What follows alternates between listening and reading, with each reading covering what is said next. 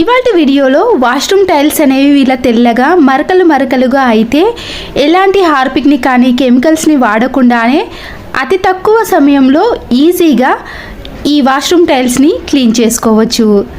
ఇక్కడ washroom tiles అనేవి ఎలా తెల్లగా మరకలుగా ఏర్పడినాయో చూసారు కదండి. ఈ టిప్ ఫాలో అవ్వగానే చాలా నీట్గా క్లీన్గా కనబడతాయి. అయితే దానికోసం మనం ముందుగా ఒక మగ్గులో 1 కప్పు వరకు నేను వాషింగ్ మిషన్లో వేసే లిక్విడ్ ఏదైనా పర్వాలేదండి, దానిని తీసుకోవాలి. ఇది వేసిన తర్వాత దీనితో పాటు 1 టీ స్పూన్ వరకు ఈటింగ్ సోడాను కూడా వేసుకోవాలి. ఈటింగ్ సోడా అనేది క్లీనింగ్ ప్రాసెస్లో చాలా బాగా యూజ్ అవుతుంది. ఇప్పుడు దీనిని ఈ లిక్విడ్లో కలిసేటట్టు బాగా మిక్స్ చేసుకోండి.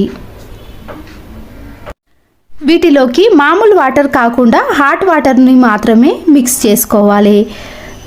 హాట్ వాటర్ వేయడం వల్లనే టైల్స్ పైన ఉండే మరకలు అనేవి తొలగిపోతాయి. ఇలా ఒకసారి మిక్స్ చేసుకున్నాక ఈ వాటర్ని వాష్రూమ్ టైల్స్ పైన జిలకరించాలి. ఈ వాటర్ అనేది సరిపోకపోతే మీరు మరికొద్దిగా కూడా మిక్స్ చేసుకోవచ్చు. నాకైతే ఇక్కడ పూర్తిగా సరిపోయాయండి. ఆ తర్వాత వీటిని క్లీన్ చేసుకుందాం.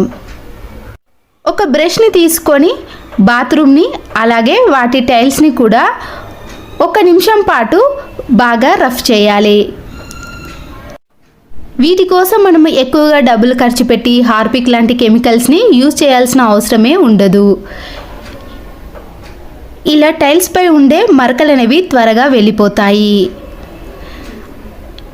ఇలా టైల్స్ని పూర్తిగా క్లీన్ చేసుకోండి.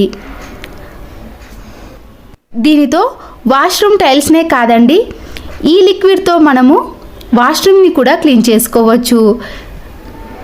మీకు ఆ వీడియోను కూడా మరొక వీడియోలో షేర్ చేశాను. వీడియో ఎక్కువగా అవుతుందని ఓన్లీ వాష్రూమ్ టైల్స్ని క్లీన్ చేసి చూపిస్తున్నాను. చూసారు కదండి, ఇలా బ్రష్తో క్లీన్ చేసుకున్న తర్వాత మనము వాటర్తో పూర్తిగా క్లీన్ చేసుకోవచ్చు. టైల్స్ పై ఉండే మరకలు కానీ వాష్రూమ్లో ఉండే ఎలాంటి జిడ్డు మరకలైనా ఈజీగా తొలగిపోతాయి. మళ్ళీ ఎప్పటిలాగా నీట్గా క్లీన్గా కనబడుతుంది. ఈ లిక్విడ్ తోటే నేను ట్యాప్స్ని కూడా క్లీన్ చేశానండి. వాటిపై కూడా సోప్ మరకలు కానీ నీటి మరకలు కానీ ఏర్పడకుండా ఉన్నాయి. చూస్తున్నారు కదండి, ఇలా ట్యాప్తో క్లీన్ చేసిన వెంటనే కూడా మనకి టైల్స్ పై ఉండే మరకలు అనేవి ఒక్కటి కూడా కనబడవు. చూసారు కదండి, ఆరిన తర్వాత మీకు చూపిస్తున్నాను వాష్రూమ్ అనేది ఎలా నీట్గా క్లీన్గా కనబడుతుందో. ఇంతకుముందు దీనిపై అయితే తెల్లటి మరకలు అనేవి ఎక్కువగా ఏర్పడినాయి. టైల్స్ కూడా చాలా నీట్గా ఉంటాయండి, ఎక్కడ కూడా మరకలు అనేవి కనిపించవు. చూసారు కదండి, ట్యాప్స్ కూడా నీట్గా ఏర్పడుతున్నాయి. బయట ఎక్కువ డబ్బులు ఖర్చు పెట్టి హార్పిక్ లాంటివి వాడే బదులు ఇలా ఇంట్లో ఉండే వాటితోటే వాష్రూమ్ని కానీ వాష్రూమ్ని టైల్స్ని కానీ క్లీన్ చేసుకోవచ్చు. చూసారు కదండి, తక్కువ టైంలో ఈజీగా క్లీన్ చేసుకునే పద్ధతిని మీరు కూడా మీ ఇంట్లో ఒక్కసారి ట్రై చేయండి. ఎన్ని బాత్రూమ్లు ఉన్నా వృద్ధి క్లీన్ చేయాల్సిన పని కూడా లేదు. ఎంత గారపట్టిన మరకలైనా సరేనండి, ఇది అమ్మమ్మ కాలంలో వాడే పద్ధతి. అప్పుడు ఇలాంటివి ఏవి కెమికల్స్ లేకుండే కదండి. ఇది ఒక్కటే వేసి బాత్రూమ్ అంతా కూడా క్లీన్ చేసేవారు. ఇక్కడ టైల్స్ కానీ ట్యాప్స్ కానీ తెల్లటి మరకలు, డోర్స్ పైన కూడా సోప్ మరకలు పడి తెల్లగా మారిపోతాయి కదండి. అన్నిటినీ కూడా ఎలాంటి కెమికల్స్ని వాడకుండా ఒకే ఒక ఇంగ్రీడియంట్తో మనము బాత్రూమ్ని రుద్ది కడగాల్సిన పని లేకుండా చీపురు కట్టతో జస్ట్ ఇలా రాస్తే క్లీన్ అయిపోతుంది. అయితే అది ఏదో నేను వీడియో ఎండింగ్లో చూపిస్తానండి. నేను ఇక్కడ ఈ పౌడర్ని ఇలా ముందుగానే ఎక్కడైతే గారపట్టిన మరకలు ఎక్కువగా ఉన్నాయో ఆ ప్లేస్లో డైరెక్ట్గా ఈ పౌడర్ని ఇలా వేసేయండి. తర్వాత టైల్స్ని క్లీన్ చేసుకోవడానికి ఇలా బకెట్లో కొన్ని వాటర్ని పట్టిన తర్వాత ఈ పౌడర్ని 2-3 టీ స్పూన్స్ వరకు యాడ్ చేసుకోవాలి. దీంట్లో ఇంకేమి కలపాల్సిన అవసరం లేదండి. కొన్ని వాటర్ని యాడ్ చేసామనుకోండి, మనం వేసిన పౌడర్ అనేది పూర్తిగా కలిసిపోతుంది. ఇప్పుడు ఈ పౌడర్ కలిసిన వాటర్ని ఈ టైల్స్ పైన కొన్ని చల్లుకుంటూ ఫ్లోర్ పైన చల్లుకుంటూ మనము ఒక 2-3 మినిట్స్ పాటు అలాగే ఉంచేసేయాలండి. టైం ఎక్కువగా ఉన్న వాళ్ళైతే మనము హార్పిక్ని వేసి ఒక 10-15 మినిట్స్ అలాగే ఉంచేసాం కదా, ఇది కూడా అలాగే ఉంచేసామనుకోండి టైల్స్ పైన పడ్డ మరకలు అయితే ఇట్టే తొలగిపోతాయండి. అంత ఈజీగా క్లీన్ అయిపోతాయి. ఇలా డోర్ పైన కూడా ఈ వాటర్ని వేసేసి వాష్రూమ్ టైల్స్ పైన ఇలా ముందుగా పౌడర్ని చల్లకుండా ఈ వాటర్ని చల్లిన తర్వాతనే మనము ఈ తడి దాని మీద ఈ పౌడర్ని అక్కడక్కడ వేసుకుంటూ చల్లుకోవాలి. డైరెక్ట్గా పొడి దాని మీద ఈ పౌడర్ని వేసామనుకోండి క్లీన్ చేయడం అంత ఈజీ కాదు. ఇలా తడిగా ఉన్న తర్వాతనే ఈ పౌడర్ని వేసుకొని మనము చీపురు కట్టతో క్లీన్ చేసుకోవాలి. టైల్స్ పైన కూడా ముందు వాటర్ని వేసాం కదండి, చూడండి ఇప్పుడు ఇలా పౌడర్ వేసామనుకోండి దానిపైన ఇలా అతుక్కపోతుంది. మనము పొడిగా వేసామనుకోండి పౌడర్ అంతా కూడా కింద పడిపోతుంది.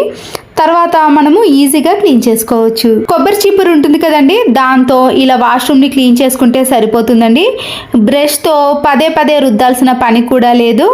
ఎంత గారపట్టిన మరకలైనా లేదా టైల్స్ పైన తెలుపు మరకలు ఎక్కువగా ఉన్నప్పుడు ఈ పౌడర్ని వేసి మామూలుగా బ్రష్తో కాకుండా ఇలా చీపురు కట్టతో క్లీన్ చేసుకోండి. ఫ్లోర్ని క్లీన్ చేసుకున్నాక వాష్రూమ్ టైల్స్ ఉంటాయి కదండి, దాన్ని కూడా నేను ఈ చీపురు కట్టతో క్లీన్ చేస్తున్నాను. బ్రష్ని యూజ్ చేయనండి. ఇది వేసి క్లీన్ చేసే నురుగా వస్తలేదు అనుకుంటున్నారు కదండి, నేను బ్రష్తో క్లీన్ చేసి చూపిస్తున్నాను. చూడండి టైల్స్ పైన నురుగా ఎలా వస్తుందో, దానికోసమే మీకు చూపించడానికి ఇక్కడ బ్రష్ని యూజ్ చేశాను.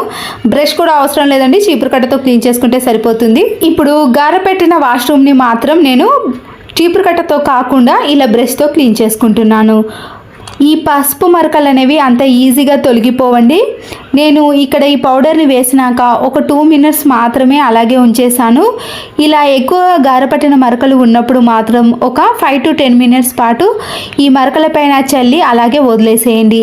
ఆ తర్వాత వాటర్ని చల్లుకుంటూ క్లీన్ చేసుకున్నారనుకోండి ఎంత గారపట్టిన మరకలైనా తొలగిపోతాయి. మన ఇంట్లో ఎన్ని బాత్రూమ్లు ఉన్నా సరేనండి ఇది ఒక్క పౌడర్ వేసి క్లీన్ చేసుకోవచ్చు. దీని కాస్ట్ కూడా చాలా తక్కువగా ఉంటుందండి.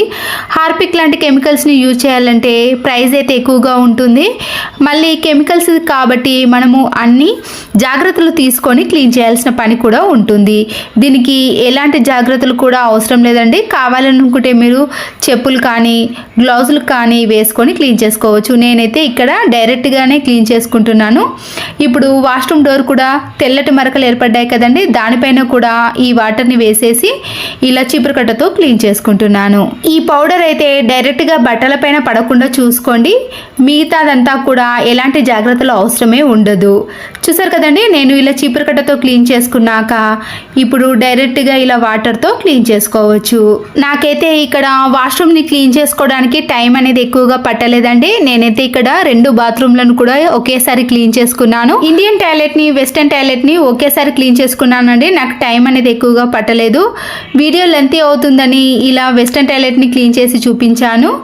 చూసారు కదండి, మరకలు కూడా ఇట్టే తొలగిపోయాయి. ఈ పౌడర్తో క్లీన్ చేసుకున్నారనుకోండి హార్పిక్ కంటే కూడా చాలా నీట్గా కొత్త బాత్రూమ్లా మెరిసిపోతాయండి. టైల్స్ అయితే అద్దంలా మెరిసిపోతాయి.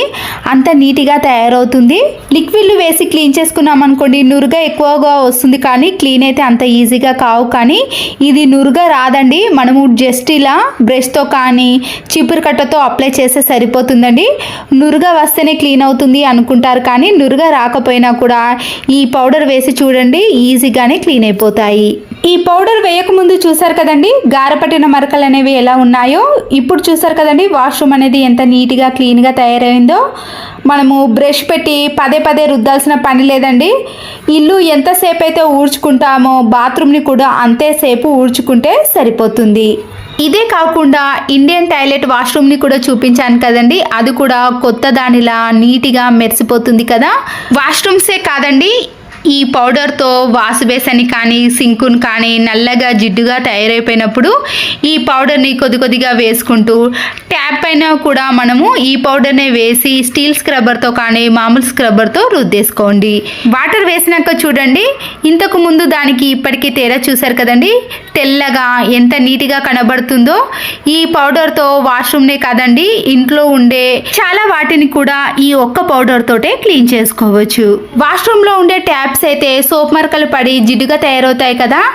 మీరు ఈ పౌడర్ని వాటర్తో కానీ లేదా డైరెక్ట్గా ట్యాప్స్ పైన ఈ పౌడర్ని వేసి స్క్రబ్బర్తో రుద్దేస్తే సరిపోతుంది. ఇలా రుద్దేసిన తర్వాత వాటిపై వాటర్ని వేశారనుకోండి, ట్యాప్స్ కూడా కొత్త వాటిలా మెరిసిపోతాయండి. ఎక్కువగా జిడ్డుగా ఉన్నాయనుకోండి, దానిపై కొన్ని వాటర్ని వేసి 2 minutes అలాగే ఉంచేసి క్లీన్ చేసుకోవాలి. వాష్రూమ్ ని రుద్దడానికి బ్రష్ అవసరం లేదండి, ఇలాంటి కొబ్బరి చీపురు కట్ట ఉంటే సరిపోతుంది. వాష్రూమ్ కూడా నీట్ గా కనబడాలంటే వాషింగ్ మిషన్ లో వేసే లిక్విడ్ ప్యాకెట్ ఉంటుంది కదండి, అది అయిపోయిన తర్వాత పడేయకుండా ఇలా వీడియోలో చూపించిన మాదిరిగా కట్ చేసి దానికి ఏవైనా నాడలను ఇలా ముడి వేసుకుని మనము వాష్రూమ్లో ఉండే మేకు కానీ లేదా ఏదైనా ట్యాప్కి వేసేసామనుకోండి, వాష్రూమ్లో పడ్డ వేస్టేజ్ని అంతా కూడా ఈ కవర్లో వేసుకోవచ్చు. ఈ పౌడర్ ఏందో చూపిస్తున్నాను చూడండి, బ్లీచింగ్ పౌడర్ అండి. ఇది వాష్రూమ్ని కానీ సింక్ని కానీ వాష్ బేసిన్ని కానీ క్లీన్ చేసుకోవచ్చు. ఓన్లీ 40 రూపీసే.